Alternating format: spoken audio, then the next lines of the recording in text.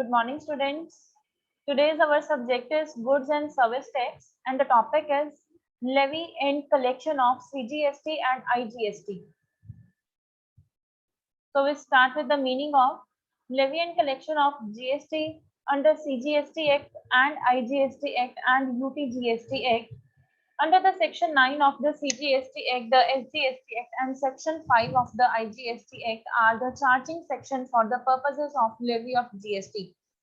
So the section number 9 and the section number 5 are those section. Under these sections, we have purpose to charging the levy of GST. The CGST and SGST shall be levied on all the intrastate supplies of goods and services, and IGST shall be levied on all the interstate supplies of goods and services respectively. The CGST, the central goods and service tax, and the state goods and service tax shall be levied on all the intrastate supplies. These both are levied on the intrastate supplies for goods and services, and the IGST shall be levied on all the interstate supplies when we supplied the goods and services from one state to another state. Then the IGST shall be levied on all these goods and supplies respectively. So we start with the very first levy and collection of GST under the Central Goods and Service Tax Act, Section 9. Point number 1, levy of Central Goods and Service Tax, Section 9, subsection 1.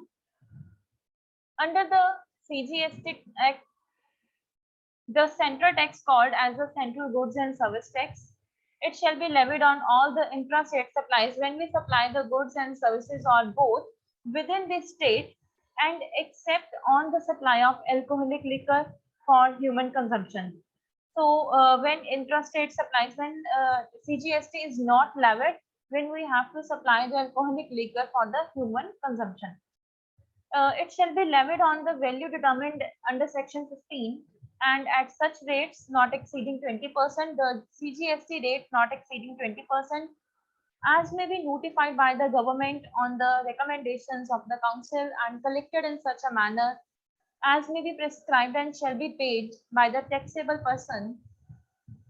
So these rates are prescribed and notified by the government, and on the recommendations, the which person recommend the rate of the CGST, SGST, the council which is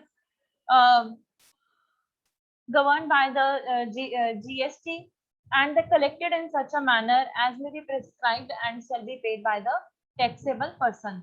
So CGST, SGST and UTGST, it shall be levied and paid by the taxable person. So now come to the point number 2. The central tax on petroleum products to be levied from the date to be notified under section 9 subsection 2. The central rate to the supply of petroleum crude, high-speed diesel, motor spirit, commonly known as petrol, natural gas and aviation turbine fuel, it shall be levied with effect from such a date as may be notified by the government on the recommendation of the council. So in this point, the central tax of the petroleum products, petroleum products are those, the petroleum crude, the high-speed diesel and the motor spirit. These are also known as the petroleum, and the natural gas, aviation turbine. These are also included in the fuel, and the tax shall be levied with the effect from the under section 9 subsection 2 as the date notified by the government on the recommendation of the council. So now come to the point number 3. The tax payable on reverse charge basis, section 9 subsection 3. What is the reverse charge? The government may, on the recommendation of the council by notifications, specify categories of supply of goods and services or both. Under this council, GST council, the notifications may be applied or issued by these councils and specify the categories of the supply of goods and services which on that product the tax rate is levied on particular product, and the tax on which shall be paid on reverse charge and basis by the recipient of such goods and services or both. So the further of all the provision of this act shall apply to such recipients as if he is the person liable for paying the tax in relation to the supply of such goods and services on both.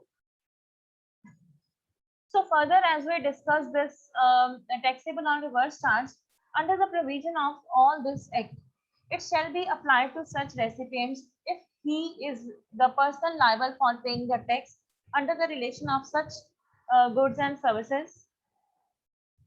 Now come to the point number 4.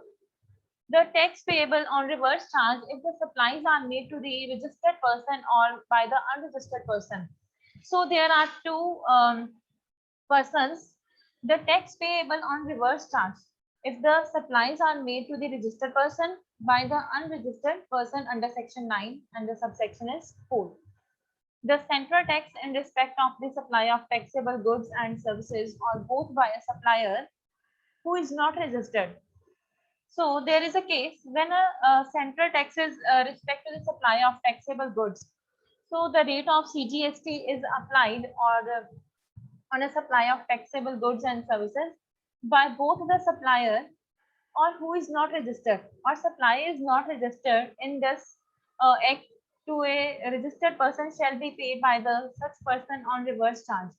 So who the person is registered in such GST collection and GST council, so he shall be liable to pay the tax on the behalf of that particular person. So this is known as the reverse charge on the basis of as the recipient and all the provisions of this act shall apply to such recipient as if he is the person liable for paying the tax in relation to the supply of such goods and services on both.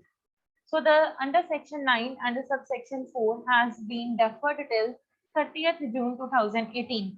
So the reverse charge will be applicable on the with the deferred till the 30th June 2018. The reverse charge will be applicable.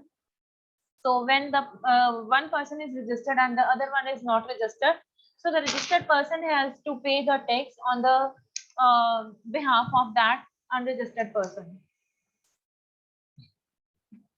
Now come to the point number 5. The tax payable on intra-state supplies by the electronic commerce operator on notified services under section 9 and subsection 5. So as per the sections subsection 2, subsection 45 of the Central Goods and Service Tax Act 2017, the electronic commerce operator ECO means any person who owns, operates and manages digital or electronic facility or platform for the electronic commerce. So there are many person who owns, operates and manage digital and electronic facility or platform for the electronic commerce. Further, electronic commerce means the supply of goods or services or both, including digital products over digital or electronic network. So the electronic commerce is also applicable or it also supply of goods and services both, which including digital products over the digital and electronic network. So this is all about the electronic commerce operator. So the person who owns, operates and manages the digital and electronic facility for the electronic commerce. The electronic commerce operator like Flipkart, Obey, Make My Trip display products as well as the services which are actually supplied by some other person to the consumer. So in electronic commerce operator, the persons or the companies are involved, the Flipkart, the Obey, Make My Trip and the display products as well as services which are actually supplied by the person to the consumer on their electronic portal. So these are all the services given by the suppliers to the customer. The consumers buy such goods and services through these portals. So consumer have to buy the goods and services through these portals, as you know, because today is electronic era and we have used these sites as shopping and to avail the services. On placing the order for a particular product and the services, the actual supplier supplies the selected product and services to the consumer. So when we're placing the order that a particular supply of goods and services, the actual supplier supplies the selected product and services to the consumer. So this is all about as the online shopping and the online when we availing the services, when we recharge the mobile bills, recharge, pay the electricity bills. So these are all in the electronic commerce operators. The price and consideration for the product and service is collected by the ECO. All the prices are considered for that particular product and services. This is collected by the electronic commerce operator from the consumer and passed on to the actual supplier. So there is an intermediator like an electronic commerce operator who charges the price and collected the price from the particular consumer, and that price is passed to the actual supplier after the deduction of commission by the ECO. So there is a some kind of commission kept by the ECO, and after that the net income or the net rate to transfer by the supplier. The government, on the recommendations of that council, by notification specify categories of service, the tax on intrastate supplies of which shall be paid by the electronic commerce operator. So according to the government, these councils are made on the recommendations by the notification specified categories of the services, the tax on intrastate supplies. So there are particular kind of taxes, rate of taxes are applied on these kind of services. So intrastate supplies when which shall be paid by the electronic commerce operator in such services are supplied through it. So further, all the provision of this act shall apply to the such electronic commerce operator and as if he is the supplier liable for the paying the tax in relation to the supply of such services. So as we discussed earlier, according to the when a supplier is liable to pay the tax in relation to the supply of such services and the goods through the electronic commerce operator. However, where an electronic commerce operator does not have a physical presence in the taxable territory, so all these electronic commerce operator they haven't a physical presence in the taxable territory, and any person is representing the electronic commerce operator for any purpose in the taxable territory, it shall be liable to pay tax. So if there any person who is representing as a person such electronic commerce operator, so he or she will be liable to pay tax on the behalf of that electronic commerce operator. So where an electronic commerce operator does not have a physical presence in the taxable territory, and also he does not have a representative in the said territory, such electronic commerce operator shall appoint a person. So they have to appoint a person in the taxable territory for the purpose of paying tax, and the person shall be liable to pay tax. For these reasons, they have to appoint a person for the electronic commerce operator. The government wide notification number 17/2017 CTR dated 28th June 2017 has notified for the following categories of the services supplied through the ECU for the purpose. The services by way of transportation of passenger by the radio taxi, motor cab, maxi cab, and the motorcycle. So these are also services are including in the ECO, and the services by way of providing accommodations in hotels, inns, guest house, clubs, campsites, and other commercial places meant for the residential and lodging purposes. So these kind of the services is also including in the electronic commerce operator. So except where the person supplying such services through the electronic commerce operator is liable for the registration number X section 22 and subsection 1.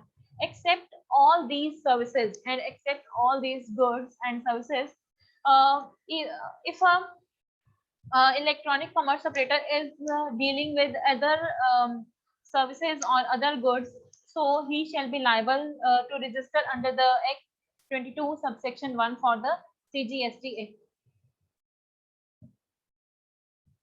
So now come to the levy and collection of GST under IGST Act subsection 5. So as we talk about the provision under the section 5 of the IGST Act that are so much similar to the section 9 of the CGST Act, and except the word CGST has been substituted by the IGST under the IGST Act. The IGST Act, it is the Integrated Goods and Service Tax Act. The tax called integrated tax, the taxes is called as integrated, and this is levied to on all the interstate supplies when we supplied or import goods from one country to another country or one state to another state, one state to another state into the India, and imported the goods at the maximum rate under section 5 subsection 1. The rate of the IGST is levied is 40%. In 40%, it is include the 20% is the CGST, and the 20% is include the Union Territory GST rate. So when we club that rate, the CGST and the UTGST, it is the 40% of the IGST Act, the Integrated Goods and Service Tax. Now, the levy and collection of under GST, UTGST Act section 7. So the provision under the section 7 of the UTGST Act are similar to the section 9. Section 5 is also similar to the section 9, and this section 7 is also similar to the section 9 of the CGST, and the excepts are the word CGST has been substituted by the word UTGST under the UTGST Act. The UTGST Act tax called the UT tax. The UT tax is Union Territory tax. It is levied on all the intra-state supplies. When we have to supply intra-state, and the maximum rate of the 7 subsection 1 of the UTGST is 20% is applicable on the goods and services when we have to supply on the intra-state supplies. So these are the taxability of ECO for specified services. The electronic commerce operator for the specified service. If the ECO is located in taxable territory, the person shall be liable to pay the tax is the ECO. If the ECO is located in the taxable territory, then the person is liable to pay the tax is the ECO.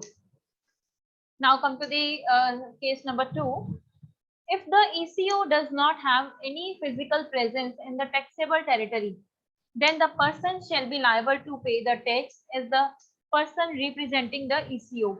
As the person who appoints the, as the ECO who appoints the person for collection of the tax. So that particular person or that particular consumer has liable to pay the tax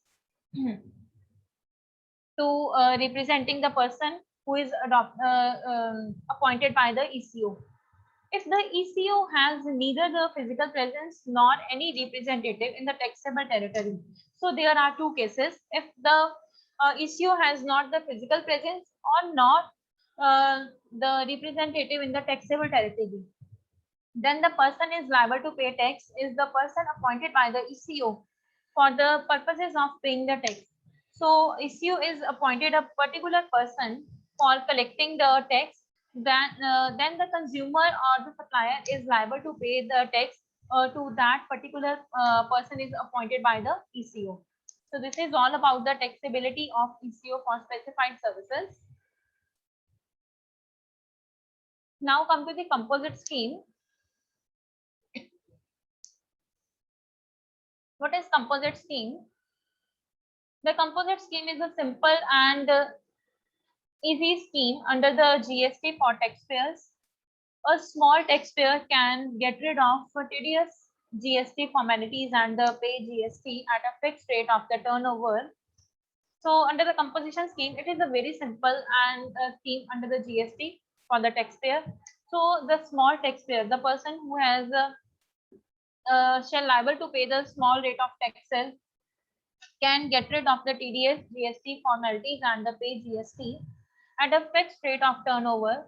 Then the scheme can be opted by any taxpayer whose turnover is less than 1.5 crore. So this scheme is availed or opted by the any taxpayer, but that person who has turnover is less than rupees 1.5 crore. So this is all about composite scheme.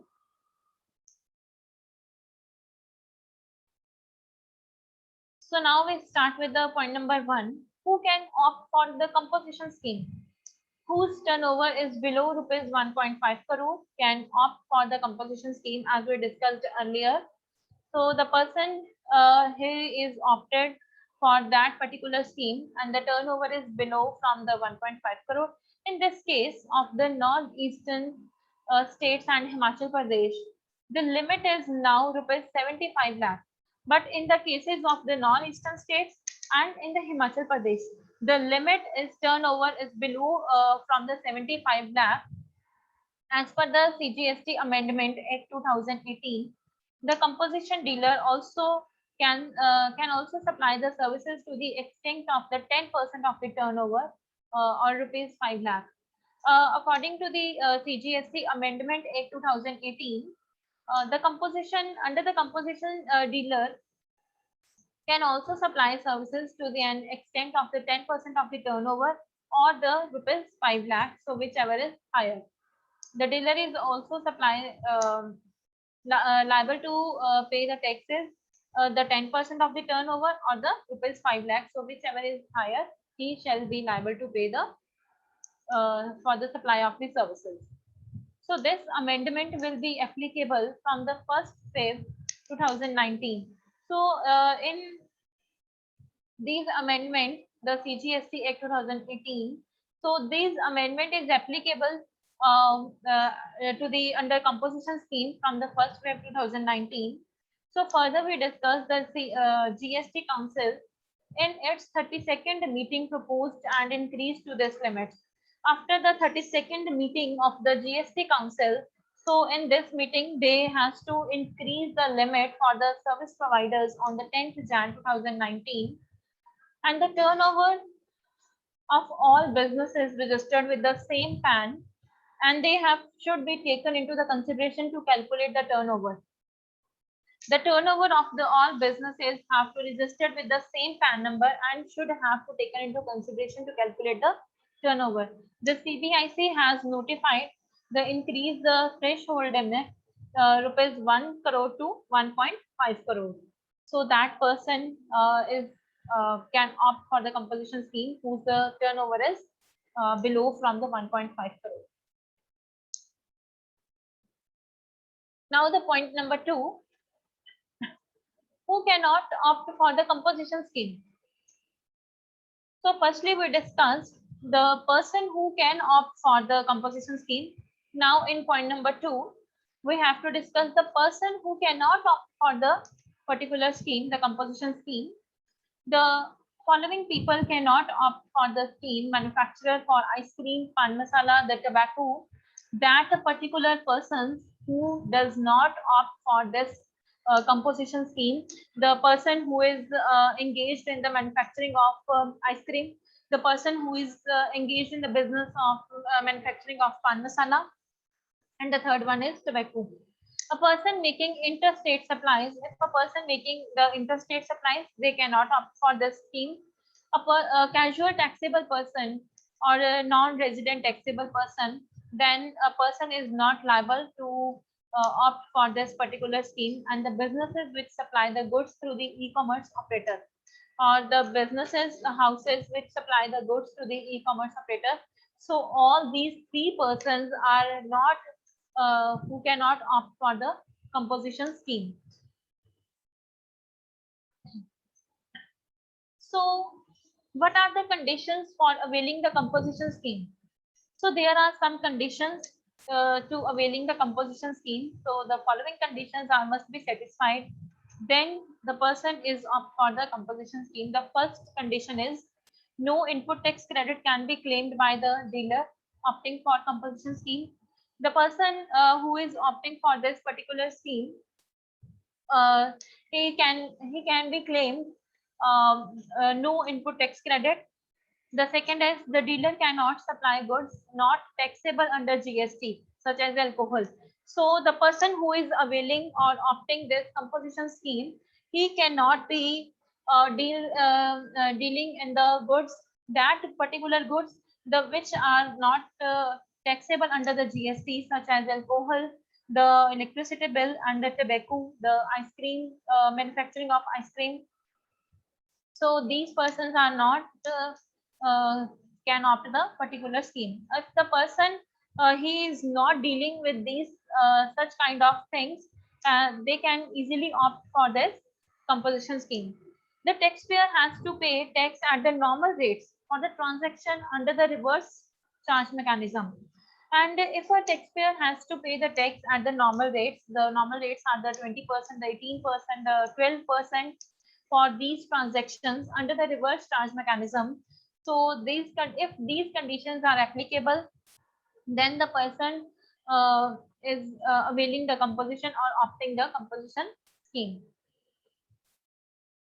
So if a taxable person has different segment of their businesses, such as textile business, electronic business, the grocery business under the same PAN. So there is a different case if a taxable person has a different segment of the business. So if a one person is doing a different kinds of the business and have a different segment of the businesses, such as a textile business, he also dealing with electronic accessories and also dealing with the groceries. Under the same PAN, they must register all such businesses under the scheme collectively or opt out the scheme. So he must be registered all such businesses. If he is doing three kinds of the businesses, then he has to register all the three businesses under the same PAN number. Then he shall be opt and he shall be avail this composite scheme under the. So what are the GST rates for the composition dealer? According to the composition scheme, the applicable GST rates are manufacturer and traders, the CGST, the SGST, and the total is the CGST rate is applicable 0.5% and the SGST is also applicable 0.5% and the total is the 1% is applicable GST rate applicable under the composition scheme for the manufacturers and the traders. So the restaurants are not serving alcohol. So that particular restaurants who do not serving alcohol under the and they also want to opt the composition scheme, the rate of GST is applicable on that particular person, the 2.5% under the CGST and the 2.5% is also rate applicable under the SGST. The total is the 5%. He has to pay the composition scheme for the restaurants not serving the alcohol. The restaurant which are serving the alcohol, the composition scheme, the rate of SGST under the composition scheme is different applicable for that particular person who is serving the alcohol in the bars and restaurant.